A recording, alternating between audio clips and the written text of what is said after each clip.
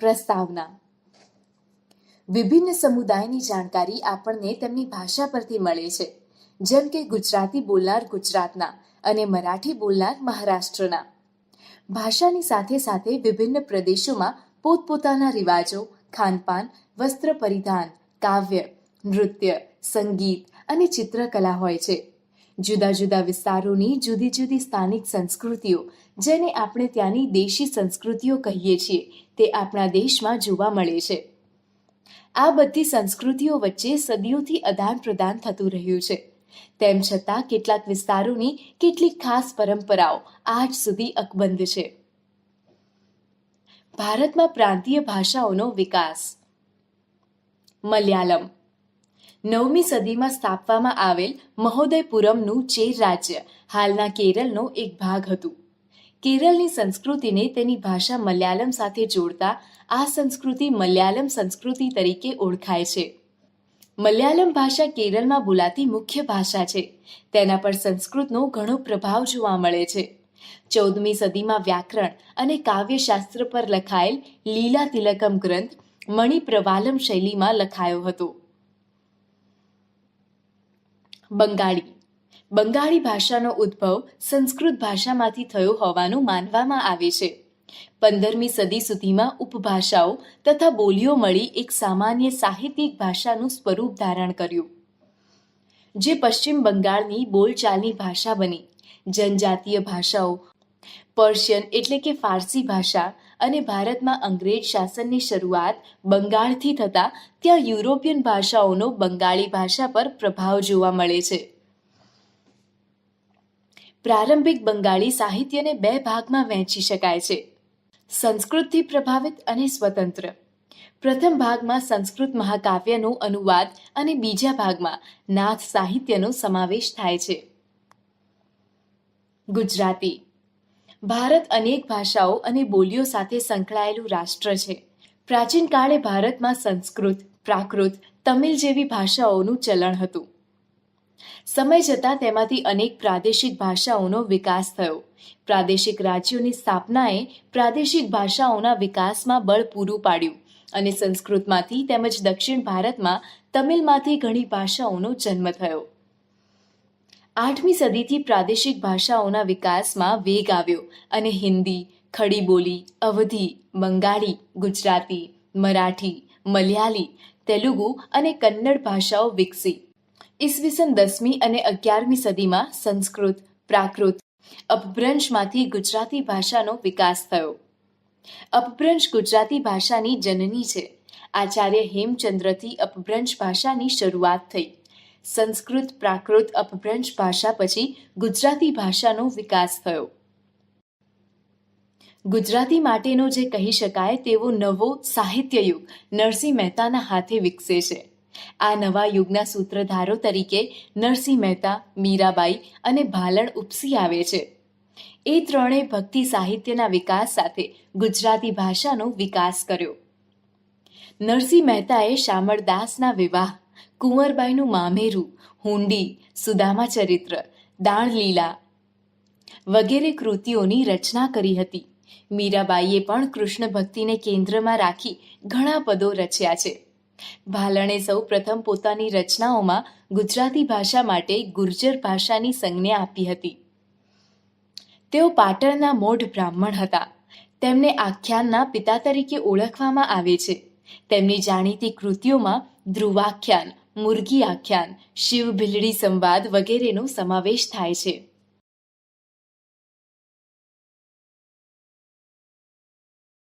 ભારતના ઉત્સવો. જગન્નાથ રથયાત્રા. જગન્નાથનો અર્થ વિશ્વના માલિક એટલે કે જગતનો નાથ એવો થાય છે, જે વિષ્ણુ શબ્દનો સમાનાર્થી છે. 12મી સદીના ગંગવંશના રાજા અનંત વર્મને પુરી ખાતે જગન્નાથ મંદિરનું નિર્માણ કરવાનો નિર્ણય લીધો. ઈસવીસન 1230માં રાજા અનંગ ભીમ ત્રીજાએ પોતાનું રાજ્ય જગન્નાથને અર્પણ કરી પોતાને તેમના પ્રતિનિધિ તરીકે ઘોષિત કર્યા. ઓરિસ્સા જીતનાર મુઘલો, મરાઠાઓ અને ઈસ્ટ ઇન્ડિયા કંપની બધાએ મંદિર પર પોતાનું વર્ચસ્વ સ્થાપવાનો પ્રયત્ન કર્યો. તેમનું માનવું હતું કે મંદિર પર નિયંત્રણ મેળવવાથી સ્થાનિક લોકો કે સમુદાય પણ તેમનું શાસન સ્વીકારશે. ઓરિસ્સાના પુરીમાં પ્રતિવર્ષ ભગવાન વિષ્ણુના અવતાર જગન્નાથજીને રથમાં બેસાડી સમગ્ર પુરી નગરમાં ભ્રમણ કરાવાય છે. આ રથયાત્રામાં દેશ વિદેશથી લોકો આવે છે. હોળી. હોળીનો તહેવાર સમગ્ર ભારતમાં ઉજવવામાં આવે છે, પરંતુ ઉત્તર ભારતમાં તેનું વિશેષ મહત્વ છે. આ તહેવાર 2 દિવસનો હોય છે. પહેલો દિવસ હોળી અને બીજો દિવસ ધૂળેટી. આ દિવસને આસુરી શક્તિ પર સાત્વિક શક્તિના વિજય તરીકે ઉજવવામાં આવે છે. આ દિવસે સાંજના સમયે હોળીનું પૂજન કરી હોળી પ્રગટાવવામાં આવે છે.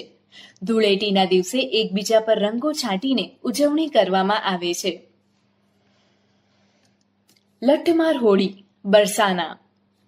ઉત્તર પ્રદેશના બરસાનામાં ઉજવાતી હોળી લઠ્ઠમાર હોળી તરીકે જાણીતી છે. બરસાના રાધાજીનું જન્મસ્થાન છે. અહીં નંદગામ એટલે કે શ્રી કૃષ્ણની ભૂમિના પુરુષો બરસાનાની સ્ત્રીઓ સાથે હોળી રમવા આવે છે અને રાધાજીના મંદિર પર ધજા ચઢાવવાનો પ્રયત્ન કરે છે. સ્ત્રીઓ દ્વારા લઠ એટલે કે જાડી લાકડીથી પુરુષોનું સ્વાગત કરવામાં આવે છે. તેથી આ હોળી લઠ્ઠમાર હોળી તરીકે ઓળખાય છે. લોહડી. આ તહેવાર હોળીને મળતો આવે છે. શીખ સમુદાય દ્વારા આ તહેવાર 13મી જાન્યુઆરીના રોજ મકર સંક્રાંતિ પહેલા ઉજવવામાં આવે છે. તેઓ રાત્રે અગ્નિ પ્રગટાવી તેનું પૂજન અને પ્રદક્ષિણા કરી તેમાં મીઠાઈઓ અર્પણ કરે છે. આ તહેવાર અંધકાર પર પ્રકાશના વિજયનું પણ પ્રતીક હોવાનું માનવામાં આવે છે. આ તહેવાર પંજાબ, હરિયાણા અને દિલ્હીના આસપાસના વિસ્તારોમાં વસતા શીખ સમુદાય દ્વારા હર્ષોલ્લાસથી ઉજવવામાં આવે છે. પોંગલ. પોંગલ એ તમિલનાડુ રાજ્યનો મુખ્ય તહેવાર છે. તમિલનાડુ ઉપરાંત કર્ણાટક અને આંધ્રપ્રદેશમાં પણ આ તહેવાર મનાવવામાં આવે છે. પોંગલની ઉજવણી તમિલ મહિના થાઈ એટલે કે જાન્યુઆરી મહિનાનો મધ્ય ભાગના પ્રથમ દિવસે કરવામાં આવે છે. આ દિવસે પોંગલ નામની વાનગી બનાવવામાં આવે છે. ઓણમ. ઓણમ અથવા ઓનમ કેરળમાં ઉજવાતો મહત્વનો તહેવાર છે. ઓણમ મલયાલમ કેલેન્ડરના પ્રથમ મહિનામાં 10 દિવસ સુધી ઉજવાતો તહેવાર છે. ફૂલોની સજાવટ, વિવિધ વાનગીઓ, નૃત્યોની રમઝટ અને નૌકા સ્પર્ધા આ તહેવારની વિશેષતા છે. આ નૌકા સ્પર્ધા વલ્લમકાલી તરીકે પણ ઓળખાય છે. આ તહેવારમાં સાદિયા નામનું ભોજન લેવામાં આવે છે. દિવાળી. દિવાળી એ વર્ષના અંતિમ દિવસે એટલે કે આસો વદ અમાસ એટલે કે વિક્રમ સંવતના છેલ્લા દિવસે ઉજવાતો તહેવાર છે.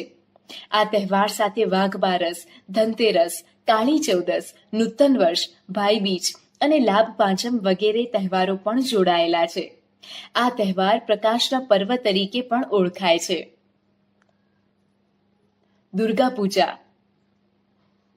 પશ્ચિમ બંગાળમાં દુર્ગા પૂજાનું વિશેષ મહત્વ છે. દુર્ગા દેવીના મહિષાસુર પરના વિજયની ઉજવણી દુર્ગા પૂજા ઉત્સવથી કરવામાં આવે છે. 10 દિવસ ચાલનારો આ ઉત્સવ છેલ્લા દિવસે વિશિષ્ટ અનુષ્ઠાન અને માતાજીની મૂર્તિના જળમાં વિસર્જન બાદ પૂર્ણ થાય છે. આ ઉત્સવ મોટા ભાગે બધા જ રાજ્યોમાં નાના મોટા પાયે ઉજવવામાં આવે છે. નાતાલ. ઈસુ ખ્રિસ્તના જન્મદિવસ 25મી ડિસેમ્બરને ખ્રિસ્તી લોકો નાતાલ એટલે કે ક્રિસમસ તરીકે ધામધૂમ અને શ્રદ્ધાથી ઉજવે છે. આ તહેવાર દરમિયાન ઘર તથા શેરીઓને ક્રિસમસ ટ્રી તથા અન્ય સુશોભનોથી શણગારવામાં આવે છે. આ દિવસે તેઓ ચર્ચમાં જઈ મીણબત્તી પ્રગટાવી પ્રાર્થના કરે છે તેમજ એકબીજાને ભેટ આપે છે. 1 જાન્યુઆરીના દિવસે નવા વર્ષ તરીકે ઉજવે છે. મોહરમ. હજરત મોહમ્મદ પૈગંબર સાહેબના દોહિત્રની શહીદીની યાદમાં મુસ્લિમો મોહરમને શોક દિવસ તરીકે ઉજવે છે. આ દિવસે તાજિયા કાઢવામાં આવે છે. મુસ્લિમો કાળા રંગના કપડાં પહેરી શોક પ્રદર્શિત કરે છે. ઈદ. ઇસ્લામ ધર્મમાં 2 ઈદ મનાવવામાં આવે છે. પહેલી ઈદ ઉલ ફિત્ર અને બીજી ઈદ ઉલ અઝહા. ઈદ ઉલ ફિત્ર. આ ઈદ રમઝાન ઈદ તરીકે પણ ઓળખાય છે. પવિત્ર રમઝાન માસમાં રોજા પૂરા થયા પછી રમઝાન ઈદના દિવસે મુસ્લિમો સાથે નમાઝ પઢે છે અને નમાઝ બાદ એકબીજાને ભેટી ઈદની મુબારકબાદી આપે છે. ઈદ ઉલ અઝહા. આ ઈદ બલિદાનની ઈદ છે. આ ઈદ પવિત્ર હજ સાથે જોડાયેલી છે. પતેતી. પતેતી એ પારસીઓનો મહત્વનો તહેવાર છે. પારસી વર્ષમાં છેલ્લા 5 દિવસો ધાર્મિક પર્વ તરીકે ઉજવાય છે. આ 5 દિવસોમાંથી છેલ્લો દિવસ પ્રાયશ્ચિતના દિવસ એટલે કે પતેતી તરીકે ઉજવવામાં આવે છે. પારસી લોકો પોતાના દ્વારા થયેલ ભૂલચૂક, ગુના કે પાપ માટે દિલથી પસ્તાવો કરે છે. પતેતીના દિવસે પારસીઓ તેમના પ્રાર્થના ગૃહ 11માં જઈ અવેસ્તા નામના પ્રાર્થના ગ્રંથમાં આપવામાં આવેલ પસ્તાવા માટેની પ્રાર્થના કરે છે. પતેતીના બીજા દિવસને તેઓ નવરોજ એટલે કે નવા વર્ષના પ્રથમ દિવસ તરીકે ઉજવે છે. ચેટીચંડ. ચેટીચાંદ. ચેટીચંડ એ સિંધી લોકોનો તહેવાર છે. ચૈત્ર સુદ એકમના દિવસને સિંધી લોકો નૂતન વર્ષના પ્રથમ દિવસ તરીકે ઉજવે છે. તેઓ એકબીજાને નવા વર્ષના નૂતન વર્ષાભિનંદન પાઠવે છે. આ દિવસે તેઓ પોતાના ઈષ્ટદેવ ઝૂલેલાલની શોભાયાત્રા કાઢે છે અને શ્રદ્ધાળુઓ તાહીરી એટલે કે મીઠો ભાત પ્રસાદ તરીકે વહેંચે. ગુજરાતના ઉત્સવો. નવરાત્રી. આસો સુદ એકમથી આસો સુદ નોમ સુધીના દિવસોને નવરાત્રી તરીકે ઉજવવામાં આવે છે. નવરાત્રી એ શક્તિની આરાધનાનું પર્વ છે. આ 9 દિવસો દરમિયાન લોકો માં દુર્ગાનું પૂજન કરે છે. નવરાત્રીમાં ગરબા અને દાંડિયા રાસ રમાય છે. ગરબા એ ગુજરાતની આગવી ઓળખ છે. ઉત્તરાયણ. સૂર્યનું ધન રાશિમાંથી મકર રાશિમાં આવવું એટલે ઉત્તરાયણ. એ મકર સંક્રાંતિ તરીકે પણ ઓળખાય છે. રથયાત્રા. જગન્નાથપુરીની રથયાત્રાની જેમ ભારતના વિવિધ ભાગોમાં અષાઢ મહિનાની સુદ બીજના દિવસે જગન્નાથની રથયાત્રા નીકળે છે. જેમાં અમદાવાદમાં નીકળતી રથયાત્રા સવિશેષ આકર્ષક છે. આ રથયાત્રામાં હાથી, ઘોડા, અખાડા, સાધુ સંતો સહિત લાખોની સંખ્યામાં લોકો ભાગ લે છે. પહિંદ વિધિ કર્યા બાદ રથયાત્રાનો આરંભ કરવામાં આવે છે. રથયાત્રામાં ભગવાન જગન્નાથ, મોટા ભાઈ બલરામ અને બહેન સુભદ્રા રથમાં સવાર થઈ નગરચર્યા માટે નીકળે છે. મેળાઓ. ગુજરાતના વિવિધ જિલ્લાઓમાં યોજાતા મેળાઓ તે જિલ્લાની આગવી ઓળખ બની ચૂક્યા છે. સુરેન્દ્રનગરમાં તરણેતરનો મેળો, અમદાવાદમાં વૌઠાનો મેળો અને સરખેજનો મેળો, જૂનાગઢમાં ભવનાથનો મેળો, શામળાજીમાં શામળાજી ગદાધરનો મેળો, રૂપાલ ગાંધીનગરમાં પલ્લીનો મેળો, અંબાજી બનાસકાંઠામાં ભાદરવી પૂનમનો મેળો, ગરબાડા દાહોદનો ગોળ ગધેડાનો મેળો, સાબરકાંઠાનો ચિત્ર વિચિત્રનો મેળો, માધવપુર પોરબંદરનો માધવપુરનો મેળો, ઉનાવા મહેસાણાનો મીર દાતારનો ઉર્સ મુબારકનો મેળો વગેરે મેળાઓ જાણીતા છે.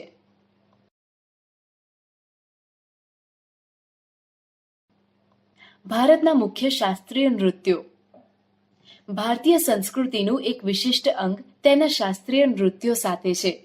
આ શાસ્ત્રીય નૃત્યો ધર્મ સાથે સંકળાયેલ રહેતા. કથક. કથક શબ્દ કથા પરથી ઉતરી આવ્યો છે. કથાકાર પોતાના હાવભાવ અને સંગીતથી કથાને અલંકૃત કરતા હતા. કથન કરે સો કથક કહાવે ઉક્તિ જાણીતી છે. ખાસ કરીને 15મી અને 16મી સદીમાં ભક્તિ આંદોલનના પ્રચારને કારણે ઉત્તર ભારતમાં કથકનો ખૂબ વિકાસ થયો. કથકના વિષયોમાં રાધા અને શ્રી કૃષ્ણની કથાઓ જે રાસલીલા કહેવાતી તેનો સમાવેશ થતો. મુગલ બાદશાહોના સમયમાં કથક નૃત્ય રાજદરબારોમાં રજૂ થતું, જ્યાં એ વિશિષ્ટ નૃત્ય શૈલીના રૂપમાં વિકાસ પામ્યું. 15મી 16મી સદી બાદ કથક પરંપરાઓમાં વહેંચાયું. આ પરંપરાને ઘરાના કહેવામાં આવે છે. આ 2 પરંપરાઓમાં જયપુર અને લખનૌનો સમાવેશ થાય છે. 19મી સદીમાં અવધના નવાબ વાજિદ અલી શાહે પોતાના દરબારમાં કથકને આશ્રય આપી આ કલાને પુનર્જીવન આપ્યું હતું. કથક પંજાબ, હરિયાણા, જમ્મુ કાશ્મીર, બિહાર અને મધ્યપ્રદેશ સુધી વિસ્તર્યું છે. સ્વતંત્રતા મળ્યા પછી કથકને 6 શાસ્ત્રીય નૃત્યોમાં સ્થાન મળ્યું. આજે કથક ભારતીય સંસ્કૃતિનું અભિન્ન અંગ બની ગયું છે. કથકલી.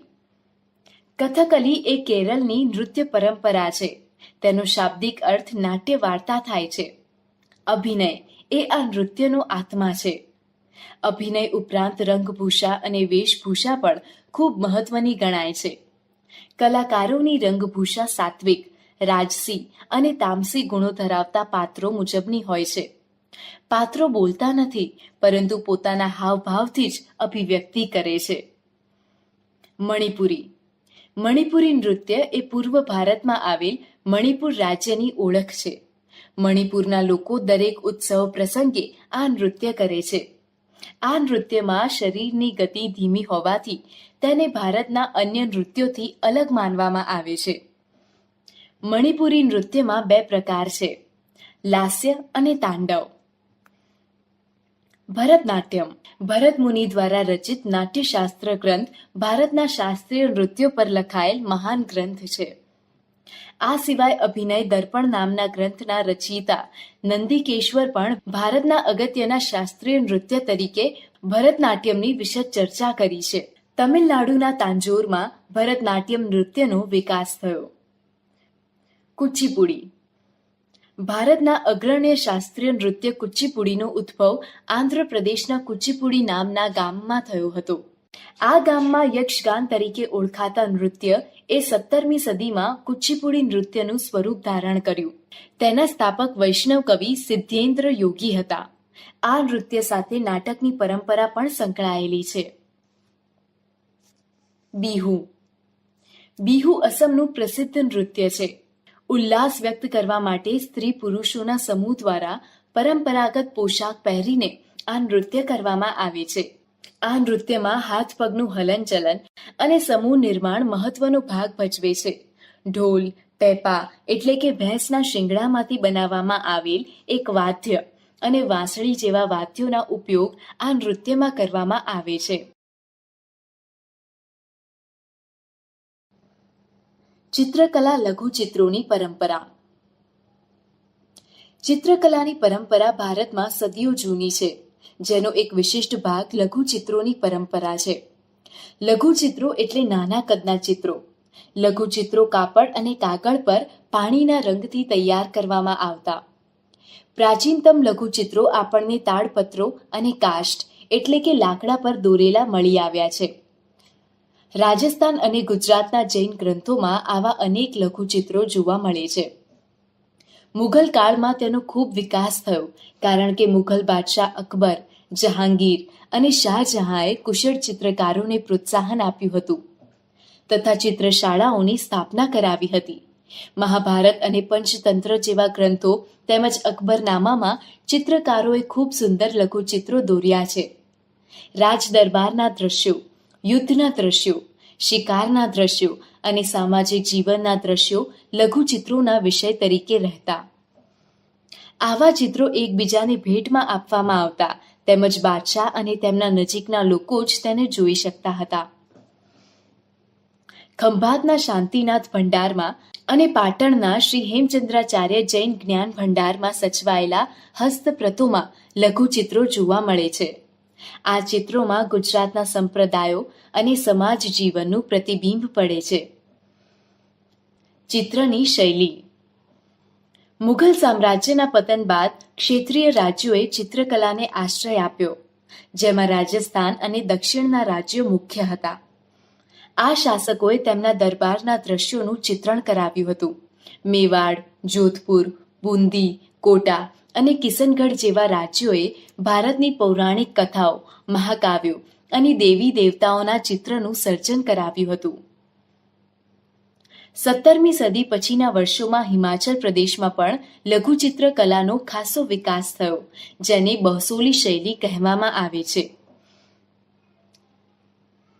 ભાનુદત્તના પુસ્તક રસમંજરીમાં આવા વિશિષ્ટ ચિત્રો જોવા મળે છે. નાદિર શાહના આક્રમણ અને દિલ્હી વિજયને કારણે મુઘલ કલાકાર પહાડી વિસ્તારોમાં જઈને વસ્યા, જેના પરિણામ સ્વરૂપ ચિત્રકલાની કાંગડા શૈલીનો વિકાસ થયો. આ ચિત્રકલાને પહાડી ચિત્રકલા પણ કહેવામાં આવે છે. 18મી સદીના મધ્ય ભાગ સુધીમાં કલાકારોએ વૈષ્ણવ સંપ્રદાયની પરંપરાઓમાંથી પ્રેરણા લઈ એક નવી શૈલી વિકસાવી. વાદળી અને લીલા રંગની સાથે કોમળ રંગોનો ઉપયોગ અને વિષયોનું કલાત્મક નિરૂપણ એ કાંગડા શૈલીની વિશેષતા હતી. રાજપૂતોની વીરતાભરી ગાથા. બ્રિટિશ શાસકો આજના રાજસ્થાનને રાજપૂતાના તરીકે ઓળખતા હતા. રાજપૂતોએ રાજસ્થાનમાં એક વિશિષ્ટ સંસ્કૃતિનું સર્જન કર્યું. રાજપૂતોની સાંસ્કૃતિક પરંપરાઓ તેમના આદર્શો અને વીરતા સાથે જોડાયેલી હતી. રાજપૂતોની વીરતાભરી ગાથાઓ ચારણો અને બારોટો કાવ્ય અને ગીતો દ્વારા વર્ણવતા હતા. આ કથાઓમાં રાજપૂતોની શૂરવીરતા ઉપરાંત સ્વામી ભક્તિ, મિત્રતા, પ્રેમ, વીરતા, ક્રોધ વગેરે દર્શાવવામાં આવતા. રાજપૂતો સ્ત્રીઓ, ગાય અને ધર્મ માટે પોતાના પ્રાણ ન્યોછાવર કરી દેતા. રાજપૂત સ્ત્રીઓ પણ શૂરવીરતામાં પાછી પડે તેમ નહોતી. તેઓ જીવન અને મરણ બંનેમાં શૂરવીર પતિના પગલે ચાલતી હતી અને આથી સતી પ્રથાનો ઉલ્લેખ પણ જોવા મળે છે. પીર. સૂફીવાદના મતે ધર્મ એટલે ઈશ્વર પ્રત્યેનો પ્રેમ અને માનવતાની સેવા. સમયાંતરે સૂફી જુદા જુદા સિલસિલા એટલે કે શ્રેણીમાં વહેંચાઈ ગયા. દરેક સિલસિલાના પીર એટલે કે માર્ગદર્શક હતા, જે ખ્વાજા કે શેખ તરીકે પણ ઓળખાતા. પીરના શિષ્યોને મુરીદ તરીકે ઓળખવામાં આવતા. ભારતીય પીર પરંપરામાં સંકળાયેલ અગ્રગણ્ય સૂફી સંતોમાં અજમેરના પ્રસિદ્ધ સૂફી સંત મોઇનુદ્દીન ચિશ્તીનો સમાવેશ થાય છે. તેમણે ભારતમાં ચિશ્તી સંપ્રદાયની શરૂઆત કરી હતી. તેઓ ખ્વાજા અને ઓલિયાથી પ્રચલિત થયા. ગુજરાતમાં અહેમદ ખટ્ટુ ગંજબક્ષ મહાન પીર તરીકે જાણીતા થયા હતા. પાળિયા. દુશ્મનો સામે પાળ થઈ ઊભા રહેનારા અને યુદ્ધ કે લડાઈમાં ખપી જનારા વીર શહીદોની યાદમાં જે સ્મારક કે ખાંભી ઊભી કરવામાં આવે તેને પાળિયા કહેવામાં આવે છે. જે સ્ત્રીઓએ જોહર કર્યું હોય કે સતી થઈ હોય તેમના પણ પાળિયા બનાવવામાં આવે છે. આવા પાળિયાને સતીના પાળિયા કહે છે. મંદિરો. ભારતીય મંદિર સ્થાપત્યની શરૂઆત મૌર્ય કાળથી થઈ. તેને ગુપ્તકાળ દરમિયાન વેગ મળ્યો. ગુપ્તકાળને સંરચનાત્મક મંદિરોનો કાળ પણ કહેવામાં આવે છે. મંદિરની સ્થાપત્ય શૈલીના મુખ્ય 3 પ્રકારો હતા, જેમાં નાગર શૈલી, દ્રવિડ શૈલી અને વેસર શૈલીનો સમાવેશ થાય છે. નાગર શૈલી ઈસવીસન 5મી સદી પછી ભારતના ઉત્તર ભાગ એટલે કે હિમાલયથી માંડી વિંધ્ય સુધી જે મંદિર સ્થાપત્યની શૈલીનો વિકાસ થયો તેને નાગર શૈલી તરીકે ઓળખવામાં આવે છે. આ મંદિરો સામાન્ય રીતે પંચાયતન શૈલીના અને ઈંડાકાર શિખરવાળા બનાવવામાં આવતા. આ શૈલીના મંદિરોમાં પુરીના જગન્નાથ મંદિર, ઓડિશાના કોણાર્ક અને ગુજરાતના મોઢેરાના સૂર્ય મંદિર તેમજ મધ્યપ્રદેશના ખજુરાહોનું મહાદેવ મંદિર વગેરેનો સમાવેશ થાય છે. દ્રવિડ શૈલી દક્ષિણ ભારતમાં વિકસેલી સ્થાપત્યની શૈલીને દ્રવિડ શૈલી તરીકે ઓળખવામાં આવે છે, જેમાં તમિલનાડુ, દક્ષિણ આંધ્ર, કેરળ અને દક્ષિણ કર્ણાટક જેવા પ્રદેશોનો સમાવેશ થાય છે. કૃષ્ણા નદીથી કન્યાકુમારી સુધી જોવા મળે છે. આ શૈલીના મંદિરોમાં તમિલનાડુમાં બૃહદેશ્વર એટલે કે રાજરાજેશ્વરનું મંદિર, મદુરાઈમાં મીનાક્ષી મંદિર, તમિલનાડુમાં મહાબલીપુરમનું રથ મંદિર વગેરે મંદિરોનો સમાવેશ થાય છે. વેસર શૈલી મંદિર સ્થાપત્યની વેસર શૈલી મહારાષ્ટ્ર, ગોવા, કર્ણાટક અને વિંધ્ય પર્વતમાળાથી લઈને કૃષ્ણા નદી સુધી વિકાસ પામી હતી. વેસર શૈલીમાં નાગર અને દ્રવિડ શૈલીનું મિશ્રણ જોવા મળે છે. આ શૈલી કર્ણાટક શૈલી તરીકે પણ ઓળખાય છે. આ શૈલીના મંદિરોમાં કર્ણાટકના હલેબીડુમાં હોયસળેશ્વર મંદિર અને કર્ણાટકના બેલુરમાં ચેન્નકેશવ મંદિર વગેરે મંદિરોનો સમાવેશ થાય છે.